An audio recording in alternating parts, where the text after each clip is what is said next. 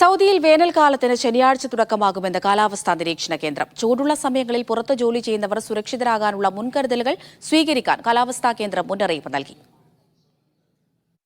June ആദ്യത്തിലായിരിക്കും വേനലിന്റെ തുടക്കം. Saudi കാലാവസ്ഥാ നിരീക്ഷണ വിദഗ്ധനായ ഹുസൈൻ ബിൻ മുഹമ്മദ് അൽ കഹ്താനിയാണ് കാലാവസ്ഥാ മുന്നറിയിപ്പ് നൽകിയത്. നിലവിൽ രാജ്യത്ത് താപനില ഉയരുന്ന സാഹചര്യമുണ്ട്.